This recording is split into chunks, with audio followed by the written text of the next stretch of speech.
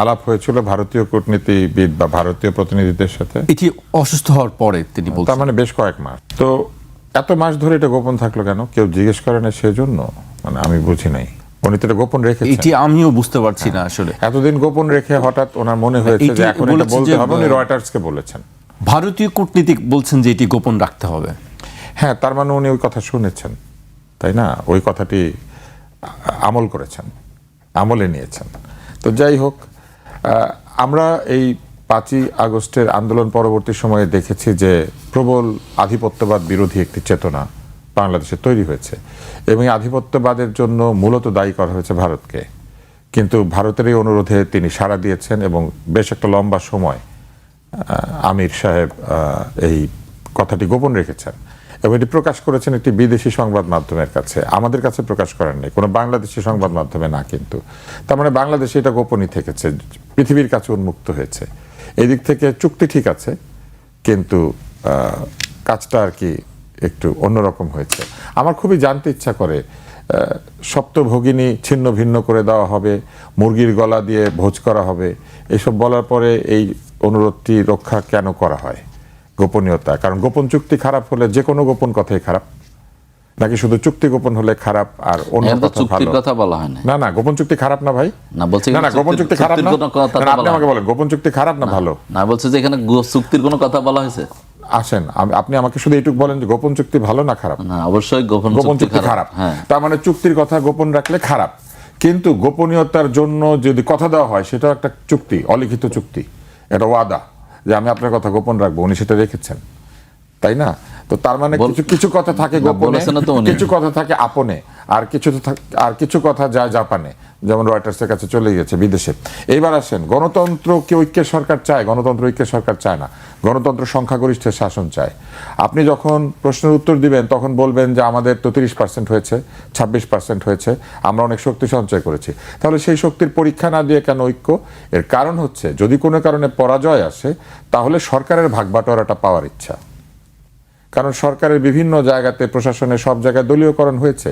অতীতের দলীয়করণের যে সংস্কৃতি সেটা দূর হয় নাই। আধিপত্যবাদের বিরুদ্ধে, আধিপত্যবাদ বিরোধী বলেন অথবা নয়া আধিপত্যবাদের একটি দলীয়করণ হয়েছে। আমরা চেয়েছি মেধার শাসন, আমরা চেয়েছি মেধার লড়াই হবে। আমরা বলেছি কোটা না মেধা, কোটা না মেধা, মেধা মেধা। তাহলে মেধা মেধা বাদ দিয়ে কি হলো? এক ধরনের দলের সমর্থকদেরকে সমস্ত পজিশনে বসিয়ে দিয়ে বলা হলো ওনারাই মেধাবী এবং ওনারাই নিরপেক্ষ। ঘটনা তো তা নয়। দলের বিপরীতে দল যদি আসে তাহলে সেটা মেধার প্রতি জাজমেন্ট করা হলো না।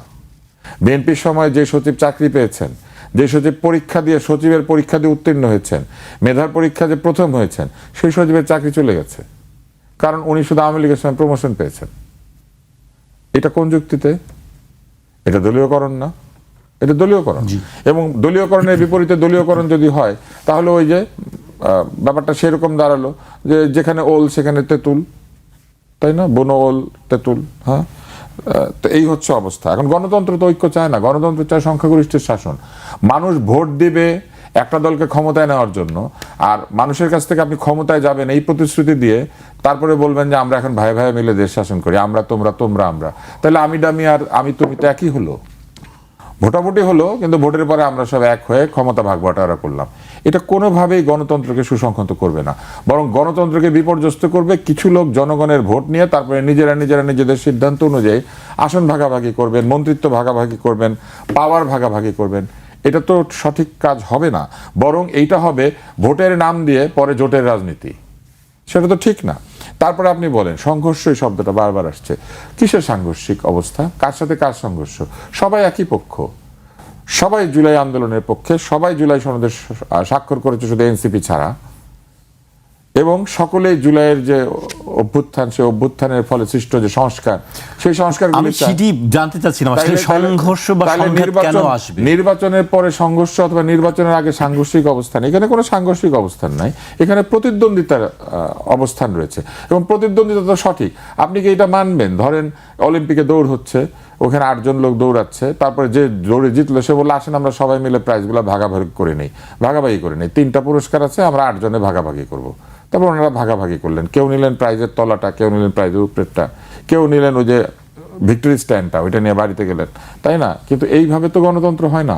গণতন্ত্র হবেই একটা দল শাসনভার গ্রহণ করবে এবং দেশের দায়িত্ব গ্রহণ করবে, সে ভালো আচরণ করবে, সঠিকভাবে দেশ পরিচালনা করবে, না পারলে 5 বছর হোক 3 বছর হোক, যখন জনগণ তাকে যেতে বলবে চলে যাবে। মধ্যবর্তী নির্বাচন হয় না, ব্যর্থ হলে কোনো দল মধ্যবর্তী নির্বাচন হবে। এবং এই যে ঐক্যের সরকার হচ্ছে সম্পূর্ণভাবে নির্বাচনের যে এসেন্স বা নির্বাচনের যে মূল চেতনা, সেটার বিপরীতে যায়। তাহলে তো নির্বাচন করার কোনো দরকার নেই। আসলে আমরা সবাই মিলে একটা মিটিংয়ে বসে যেভাবে উপদেষ্টা পরিষদ তৈরি করেছেন সেভাবে সরকার তৈরি করে ফেলেন। অযথা এত রাষ্ট্রের খরচ করার দরকার কি? কোনো দরকার নেই। এইবার আসেন, এই যে 12-13 দল 14-15 দল এক জায়গায় হচ্ছে দুই দিকেই, বৃহৎ দুইটা দল ছাড়া আর দলগুলি কয়টা আসন পেয়েছে জীবনে? এরা জীবনেও নির্বাচনে জিতে নাই। এখন এদের সঙ্গে ক্ষমতা ভাগাভাগি করার জন্য জনগণ ভোট দিবে কি কারণে? কি জন্য? জনগণ যে জোট সংখ্যাগরিষ্ঠ ভোট পাবে, যদি পান তারপর সরকার গঠন করবেন। কিন্তু আলটিমেটলি যদি এইভাবে হয়, ঐক্যের সরকার তৈরি করবে, তাহলে যে ছোট মোটো যেগুলো আছে সেগুলো এসে একটা সিট জিতে এসে বলবে আমি মন্ত্রী চাই, আমি তো জোটে ছিলাম। আমি মনে করি এটাও ঠিক হবে না।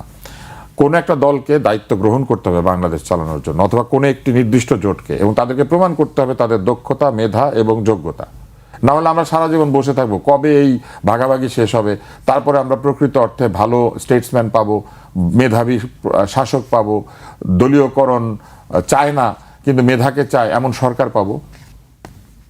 এইবার আসেন, আরেকটা মজার কথা আমরা একটু আগে শুনেছি, বিএনপি আর জামাতের যে ঐক্য হয়েছিল এটা নাকি আওয়ামী লীগ ছিল বলে হয়েছিল, মানে আওয়ামী লীগ না থাকলে এই ঐক্যের দরকার ছিল না। তার মানে এটা আদর্শিক ছিল না, ওইটা আওয়ামী লীগ ঠেকানোর ঐক্য ছিল।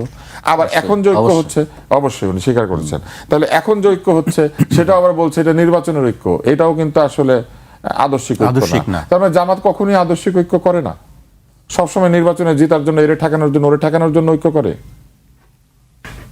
এটা তো আমরা আশা করি না।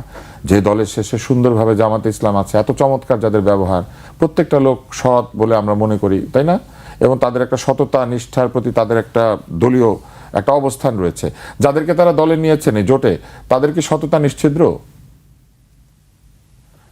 শহীদ ওসমান হাদি একাধিক দলের বিরুদ্ধে দুর্নীতির অভিযোগ করেছেন, এমনকি জুলাই অভ্যুত্থানের সাথে জড়িত ব্যক্তিবর্গের কারো বিরুদ্ধে তিনি দুর্নীতির অভিযোগ করেছিলেন। সেই ধরনের দুর্নীতির অভিযোগ রয়েছে এমন ব্যক্তি বা দল কি তাদের এই জোটের মধ্যে আছে? এই প্রশ্নের জবাব কি তারা সরাসরি দিতে পারবেন? এবং আওয়ামী লীগ নাই, ভেরি গুড, আওয়ামী লীগ সংগঠন হিসেবে নিষিদ্ধ বা স্থগিত হয়েছে, আওয়ামী লীগের ভোটাররা নাই। 30-32% যখন হিসাব করা হচ্ছে তখন আওয়ামী লীগের ভোটারদেরও 20%, 10%, 15% হিসাব করতে হবে না? এই লোকগুলি কোথায় ভোট দিবে? এটা কিন্তু একটা বিরাট সেটি আমি আসছি, সেই কোথায় ভোট দিবে সেটি পরবর্তীতে আসছে। এবং আসেন, লন্ডনে তারা গিয়ে আপোষ করার চেষ্টা করেছিলেন বা কোন একটা মীমাংসা করার চেষ্টা করেছিলেন। আমরা তো এটাই চাই না। লন্ডনে বলেন কিংবা দিল্লিতে বলেন কিংবা পিন্ডিতে বলেন, এই আপোষ মীমাংসার কিছু নাই। আমরা চাই ওই যে বিদ্রোহী কবিতার মতো, তাই না, করি মৃত্যুর সাথে গলাগুলি ধরি, কি করি শত্রুর সাথে গলাগুলি ধরি মৃত্যুর সাথে পাঞ্জা। তো করি শত্রুর সাথে গলাগুলি ধরি মৃত্যুর সাথে পাঞ্জা। ইলেকশনও কিন্তু এরকম, আপনি শত্রুর সাথে গলাগুলি করবেন কিন্তু নির্বাচনে পাঞ্জা লড়বেন, এবং সেই পাঞ্জা কাকে নিয়ে? জনগণ পিছনে নিয়ে। যেই দলের জনসমর্থন নাই মনে করেন, সেই দলে এখন জামাতের ছায়াতলে গিয়ে আশা করছে তারা নির্বাচনে জিতবে। এদের তো দল টিকিয়ে রাখার দরকার নাই, এর সম্পূর্ণ অপচয়। তাদের উচিত সরাসরি জামাত ইসলামে যোগ দেওয়া, তাদের উচিত সরাসরি বিএনপিতে যোগ দেওয়া। কি কারণে ছোট ছোট দল বানিয়ে ওই যে কার কি উচিত সবকিছু আমরা ঠিক না, এটা আমি নাগরিক হিসেবে বলছি, কার কি উচিত আপনারা ডিসাইড করবেন। আমি নাগরিক হিসেবে আমি হ্যাঁ, আপনারা কি করছেন আসলে? ব্যালট পেপারটাকে লম্বা করছেন অথবা জোটের মধ্যে ঢুকে একটা জোটকে বড় করছেন, কিন্তু এক একজনের ভোট নাই কিন্তু আসলে, থাকলে পরে জোটে যায়। কিন্তু গণতান্ত্রিক দেশে তো আপনি ঠিক করে দিতে পারবেন না, কে করবে কি। আমি ঠিক করে দেওয়ার কথা বলছি না, আমি কিন্তু ঠিক করে দিতে বলছি না। বড় হবে কি ছোট হবে, হ্যাঁ, আমি শুধু এতটুকুই বলছি যে এইগুলির মাধ্যমে আমরা কি করি জানেন? আমরা কিছু ছোট ছোট দলকে টিকিয়ে রাখি শুধু ভোটের সময় বাণিজ্য করার জন্য, ভোট বাণিজ্য। এরা ওই যে পোলিং অফিসার পায়, এরা ওই যে বিভিন্ন কেন্দ্রে তাদের নিজেদের লোক দিতে পারে, এগুলা করে কিছু দল। আর কিছু দল কি করে? জোটের মধ্যে ঢুকে জোটের সুবিধাটা এনজয় করে। তাই না? ওনার নিজের দল নাই, নিজের জোট, মানে নিজের দলের নেতা হিসেবে উনি কারো কাছে গিয়ে সেই অ্যাকসেপ্টেন্স পাবেন না, কিন্তু জোটের নেতা হিসেবে তিনি বিভিন্ন জায়গায় গিয়ে হাজির হবেন। এগুলিকে তারা এনজয় করেন। আমি মনে করি যে নতুন বন্দোবস্তের যে রাজনীতি, সেই রাজনীতি যদি সত্যি বাংলাদেশে করতে হয়, তাহলে মেধাভিত্তিক হতে হবে সবকিছু। মেধাবী লোকদেরকে নির্বাচনে দিতে হবে, মেধাবী ব্যক্তিরা দেশ শাসন করবেন, এবং গণতান্ত্রিক প্রক্রিয়ায় সংখ্যাগরিষ্ঠ ভোট নিয়ে যিনি প্রকৃত অর্থে দেশ শাসনের অধিকার পাবেন তিনি দেশ শাসন করবেন, তিনি তার মেধা এবং যোগ্যতা প্রমাণ করবেন। মার্টিন লুথার কিং এর সেই বক্তৃতা আমরা শুনেছি না, Martin Luther king, reverend Martin Luther king এর যে বক্তৃতার রেফারেন্স, সেই রেফারেন্সে কি ছিল? সেই রেফারেন্সে এইটাই ছিল যে একটি মেরিটোক্রেসির শাসন উনি আশা করেছিলেন আমেরিকাতে। উনি বলেছিলেন I have a dream, and ওখানে উনি কি বলেছিলেন? That my 4 children will not be judged because of their colour, but the integrity of their character. তাদের চরিত্রের যে দৃঢ়তা, তাদের যে মেধা এবং যোগ্যতা, সেইটা দিয়ে বিবেচিত হবে। তাহলে বাংলাদেশের নাগরিকরাও কেন তাদের মেধা এবং যোগ্যতা দিয়ে বিবেচিত হবে না? কে কোন জোটে যোগ দিয়েছে, জোটের বাটখারা নিয়ে সেই পাল্লায় বাটখারা বসিয়ে দিয়ে তারা জিতে যাবে? ভোটার হিসেবে আমি মনে করি, একজন ভোটার হিসেবে আমার এটার আপত্তি জানানোর অধিকার আছে। আমি একজন ভোটার হিসেবে আপত্তি। শারীরিক দূরত্ব যেটা কিলোমিটারে, সেটা একই আছে, আর মানসিক দূরত্ব কমার কোনো লক্ষণ এখনো প্রকাশিত হয় নাই। যে উদাহরণগুলি দিয়েছেন আপনি, একটি হচ্ছে রাজনাথ সিং শোক বইতে স্বাক্ষর করেছেন, সেটি হচ্ছে একটি কূটনৈতিক শিষ্টাচার, তিনি সেটা করেছেন।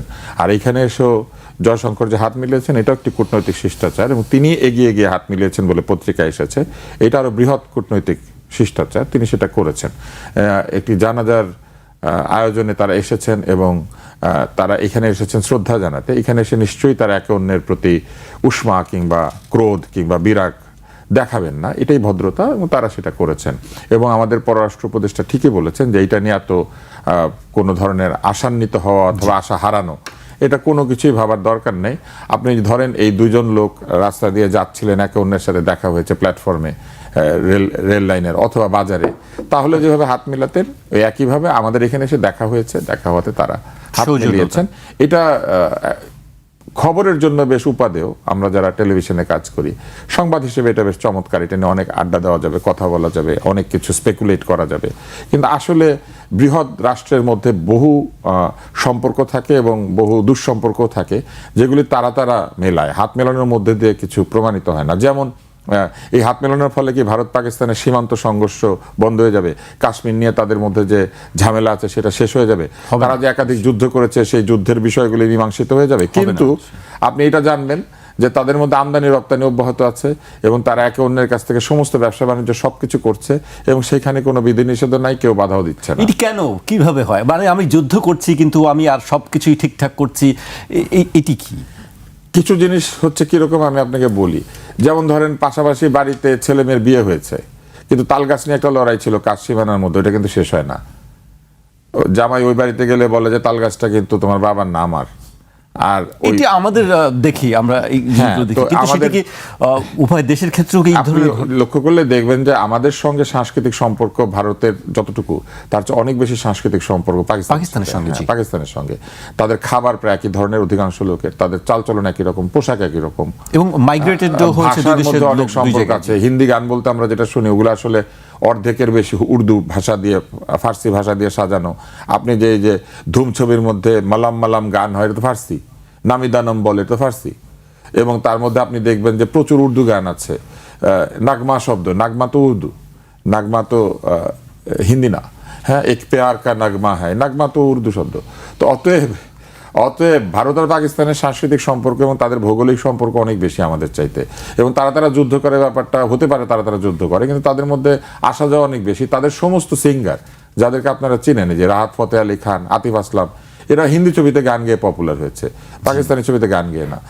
তো এটা আসলে আমাদেরকে বুঝতে হবে যে এইখানে এসে হাত মেলানোর ফলে একটা বিরাট কিছু ঘটে যাচ্ছে পৃথিবীতে, সেটা হওয়ার সম্ভাবনা নেই। দুইটা দেশেরই পরমাণু শক্তি রয়েছে, দুইটা দেশের মধ্যে সমান সমান লড়াই আছে, এবং এরা একটুখানি শোল্ডার ব্রাশিং করে, দেখা হলে পরে একজন আরেকজনকে। রাগবিতে একটা কথা আছে, ইউ সেল দ্য বল, তো they sell the ball and then they dodge each other, বুঝছেন, একটু ধোকা দেয়, তারপরে একজন আরেকজনের গোলে শুট করে, তারপরে আবার আপনি দেখবেন যে বিভিন্ন সময় সীমান্তে তারা একসঙ্গে আনন্দ উৎসবও করে। অতএব আমরা এটার মধ্যে না জড়ানোই ভালো। আমাদের চিন্তা করা উচিত ভারতের সাথে আমাদের সম্পর্ক কি হবে, পাকিস্তানের সাথে আমাদের সম্পর্ক কি হবে, কার সাথে ব্যবসা হবে, কার সাথে হবে না, কার কাছ থেকে পেঁয়াজ কিনবো আর কার কাছ থেকে কিশমিশ, এটা আমাদের চিন্তা করতে হবে। কার কাছ থেকে তুলা কিনবো, কার কাছ থেকে গম, আর কার কাছ থেকে শাড়ি কিনবো, আর কার কাছ থেকে সুতা। এটা আমাদেরকে চিন্তা করতে হবে, আমাদের স্বার্থ আমাদেরকে দেখতে হবে। যে কারণে আমি বলি এটা চমৎকার একটা স্লোগান আমরা পেয়েছি এবার, সবার আগে বাংলাদেশ। আমি বিএনপির পক্ষে না, কিন্তু বাংলাদেশ ফার্স্ট এটা কিন্তু হওয়া উচিত সকল দলের কাছে। Why are we bothering about a relationship between two nation who have disputes and feuds between each other? যাদের মধ্যে দীর্ঘ সময়ের বিবাদ বিসম্বাদ, তাদের মধ্যে হাত মিলানোতে আমাদের কি আসে যায়? আর তারা একজন একজনকে ল্যাঙ্গি লিবে আমাদের কি আসে যায়? আমাদের সাথে এই দুজনের কি সম্পর্ক, এটা বিবেচনা করা উচিত। এবং সেই বিবেচনা আমি কারোর মধ্যে দেখি না। এটা একটা মজার ব্যাপার, সেই বিবেচনা খুবই কম আমাদের। তখন আমাদের মুরগির গলা নিয়ে খুব আমি একটা মজার প্রশ্ন করি, ভাইজান তো এখানে আছেন, এই যে এনসিপি রাজনাথ আব্দুল্লাহ বলেছেন যে মুরগির গলা ইয়ে করবেন, সেভেন সিস্টারকে কি জানি করে ফেলবেন। আরেকজন ছাত্র নেতাকে আমি দেখেছি যাদের সঙ্গে তাদের সম্ভবত রাজনৈতিক সম্পর্ক আছে, ইউরেনিয়াম কুলাউড়ার ইউরেনিয়াম দিয়ে কি জানি একটা করবে। আপনারা কি এই পজিশনকে সমর্থন করেন, এই সাতটা সিস্টারকে ইয়ে করবেন এবং এই যে কুলাউড়ার ইউরেনিয়াম দিয়ে কিছু একটা বানাবেন, এটাকে আপনাদের দল সমর্থন করে? আমি জানি না, কিন্তু এগুলো যারা বলে তাদেরকে তো জোটে নেওয়া হয়েছে এবং তারা আছে। এখন মনে করেন এই সরকার তৈরি হলো, ঐক্যের সরকারের অংশ মনে করেন আছে, তাদের একজন মন্ত্রী হয়েছে। মন্ত্রী সাহেব যদি গিয়ে বলে কুলাউড়ার ইউরেনিয়াম দিয়ে দিবে অথবা এই সেভেন সিস্টার নিয়ে কিছু একটা করবে, তখন কি এটা দায়িত্ব জামাত ইসলাম নিবে? এটা কিন্তু আমার, এই জন্য আমি ভোটার হিসেবে খুব কনফিউজড। আমি একটা দলকে ভোট দিতে চাই এবং আমি মনে করি ভোটারদের এই সুযোগ না দেওয়াটা ভোটারদের সঙ্গে একটা অন্যায় করা। ভোটারদেরকে অপশন দেওয়া উচিত, সবাই দাঁড়াবে সমানে সমানে এবং তারপরে দেখবে কাকে ভোটাররা নেয় এবং কাকে নেয় না। এবং সেইটা না নেওয়ার ফলে জানেন ভোটাররা অপশন পায় না। আমাদের গণভোটটা এরকম হয়েছে, 4টা প্রশ্নে একটা ভোট, ওরকম 4টা দল একটা ভোট। এই যে জরিপগুলি হয়েছে না, এই জরিপের মধ্যে আপনি দেখবেন অধিকাংশ জরিপে 50% বেশি ভোটার হয় বলেছে তারা কাকে ভোট দিবে বলবে না, অথবা তারা বলেছে তারা আওয়ামী লীগকে ভোট দিবে, অথবা বলেছে যে তারা এখনো পর্যন্ত ডিসাইড করে নাই। একদল বলেছে বলবো না, একদল বলেছে ডিসাইড করি না, আর একদল বলেছে আওয়ামী লীগকে ভোট দিবে। এবং আওয়ামী লীগের পার্সেন্টেজ খুব একটা কম না। সাধারণত এই ধরনের প্রতিদ্বন্দ্বিতামূলক ভোটে 2-3% ভোটারও যদি উল্টো দিকে ঘুরে তাহলে কিন্তু ভোটের ডিসিশন চেঞ্জ হয়। বাংলাদেশের অতীতের যেগুলি ভালো নির্বাচন হয়েছে বলে আমরা মনে করি, সেই সব জায়গাতে আমরা দেখেছি 500 থেকে 5000 ভোটের মধ্যে অধিকাংশ সিট ডিসাইডেড হয়েছে। অল্প কিছু সিটে অনেক বড় ভোটার ডিফারেন্স হয়। তাহলে আপনি চিন্তা করলে বুঝতে পারবেন যে আওয়ামী লীগের ভোটাররা একটা বড় ফ্যাক্টর কিন্তু এই নির্বাচনে। তারা যদি ভোট কেন্দ্রে আসতে পারে এবং এসে ভোট দেয়, তারা যাদেরকে ভোট দিবে তাদের জিতে যাওয়ার সম্ভাবনা অনেক বেশি। এখন তারা কি সংঘবদ্ধভাবে ভোট দিবে নাকি তারা ব্যক্তির সিদ্ধান্তে ভোট দিবে, এইটা তো ডিসাইডেড না। তারা কি কোনোখান থেকে আদেশ আসলে দিবে, তা তো না। ফলে এই জায়গাতে একটা ধোঁয়াশা আছে এবং যে কারণে যারা পলিটিশিয়ান, যারা রাজনীতি করে, তারা কিন্তু এই ভোটটাকে নিজের জায়গায় নেওয়ার চেষ্টা করছে ব্যক্তিগত জনপ্রিয়তা অথবা ব্যক্তিগত বিভিন্ন প্রতিশ্রুতি দিয়ে। বাংলাদেশের রাজনীতি যেখানেই যাক, মনে করেন যে পটিয়াতে এটা হবে না, আমি আছি ভাই, এটা বলার চেষ্টা করছে। হাতিয়ায় আমরা বলতে পারি, ধরেন হাতিয়াতে হবে না, পটিয়াতে হবে না, কিংবা ধরেন দেলদুয়ারে হবে না। আমি কোনো র্যান্ডমলি বলছি, ওই জায়গাতে এগুলো বলা হয়েছে, ব্যাপারটা সেটা না। এটা তারা কেন করছেন? কারণ তারা জানেন যে লোকালি ডিসাইসিভ ফ্যাক্টর হিসেবে হয়তো এই ধরনের ভোট আছে এবং তারা বলার চেষ্টা করছেন যে আমাদের কাছে যদি আসো তাহলে তোমাদের ঘর বাড়ি ভাঙবে না, তোমাদেরকে ভুয়া মামলা দিবে না, তোমাদেরকে জেলখানায় যদি আটকে থাকে, যারা অন্যায়ভাবে আটকে আছো ছাড়িয়ে আনবে, এগুলো বলার চেষ্টা করছেন। কিন্তু আমার কাছে উল্টা প্রশ্ন, এই যে বেইনসাফি কাজগুলি করা হয়েছে এগুলো তারা হতে দিয়েছেন কেন? যারা এটা হতে দিয়েছে তারা যদি বলে আমরা জিতলে হতে দিব না, তাহলে বিশ্বাস করার কোনো কারণ নাই। আমি কি আপনাকে বোঝাতে পেরেছি? যে এটা করবে সে আগেই করতো, সেটা বিএনপি হলেও করতো, আওয়ামী লীগ হলেও করতো, জামাত হলেও করতো। যার এই আচরণ করার কথা যে নিজের এলাকায় সে ভুয়া মামলা হতে দিবে না বা ভুয়া মামলা হলে পরে তাকে বের করে আনবে, তাহলে এই গত 18 মাসে সে তদবির করে তাদেরকে বের করে আনতো। আমাকে জিতালে পরে আমি তোমাকে বের করে নিয়ে আসবো, এর মানে হচ্ছে জিতলে পরে উনি ক্ষমতা এক্সারসাইজ করবেন। আমরা তো ক্ষমতা এক্সারসাইজ করা কোনো নেতাকে আগামীতে দেখতে চাই না। আইনকে আইনের গতিতে চলতে দিবেন। ভুয়া মামলা যদি ভুয়া হয় ওইখানে নাক গলাবেন না, ভুয়া তো ভুয়া প্রমাণিত হবে। অথবা আপনি বলবেন আমি জিতি বা হারি, ভুয়া মামলা তুলে নেওয়ার জন্য আমি আমার সর্বোচ্চ চেষ্টা করব। গুড সামারিটান বা সৎ নাগরিক বা সৎ ব্যক্তির কাজ কি?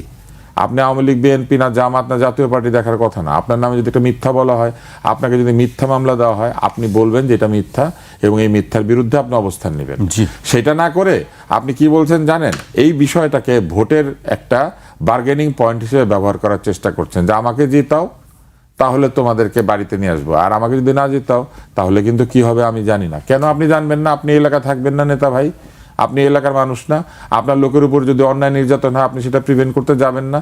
না আমাকে ভোট দিলে আগে আমারে জিতাও, এই আগে আমারে জিতাও পলিসির থেকে আমাদের এই রাজনীতিকে বের হয়ে আসতে হবে। এবং সেটা যদি না আসে তাহলে এই সমস্ত যে ঐক্য হচ্ছে না, এগুলো একটা আদর্শিক ঐক্য না, এগুলো সম্পূর্ণভাবে লোভের ঐক্য, লাভের ঐক্য। এগুলো সব হচ্ছে নির্বাচনে বিজয়ী হয়ে সরকার গঠন করার লক্ষ্য ঐক্য। সরকারই কি আসলে মানে যেতে হবেই যদি দেশের ভালো করতে হয়? মোটেও না। আপনি যদি রাইট পয়েন্টে কথা বলেন তাহলে দেশের ভালো হয়। না জিতলেও তো আপনি বিরোধী দল। আপনি যদি সরকারে যেতে না পারেন, আপনি না জিতেন এবং আপনি যদি হেরেই যান, সব আসনে হেরে গেলেন মনে করেন, তাহলে কি আপনি বিরোধী দল না? আপনি রাজপথের বিরোধী দল। এবং সেই জায়গাতে যে দলটা স্ট্রংলি অবস্থান নিতে পারবে, আমি মনে করি সেই রকম দলই ভবিষ্যতে বিরোধী দলে হয়তো কেউ যেতে চায় না, এটি হচ্ছে সবচেয়ে বাস্তব কথা। কারণ ভাই এমপি হতে চায় সবাই, বিরোধী টরোধীর ব্যাপার না, সবাই এমপি হতে চায়। কেন জানেন? এই লাইসেন্স, পারমিট, এইটা সেইটা টাকা খরচ করে ইলেকশন করে, সেই টাকাটা তুলে আনার ব্যবস্থা। আপনি আমাকে আরেকটা প্রশ্নের উত্তর ভবিষ্যতে কোন একটা জায়গায় দিয়ে দেবেন, এটা বলে আমি শেষ করি। এই যে হলফনামা এবং বিভিন্ন যে ইনকামের ঘোষণা দেওয়া হয়েছে, আমি জাকিরকেই বলছি, কোন একটা অনুষ্ঠানে আপনি আলোচনাটা করেন, সেটা হচ্ছে এই যে এত হলফনামা, ইনকামের স্টেটমেন্ট বা কার কয় লাখ টাকা বলা হয়েছে, আপনি মনে করেন এগুলো সত্য?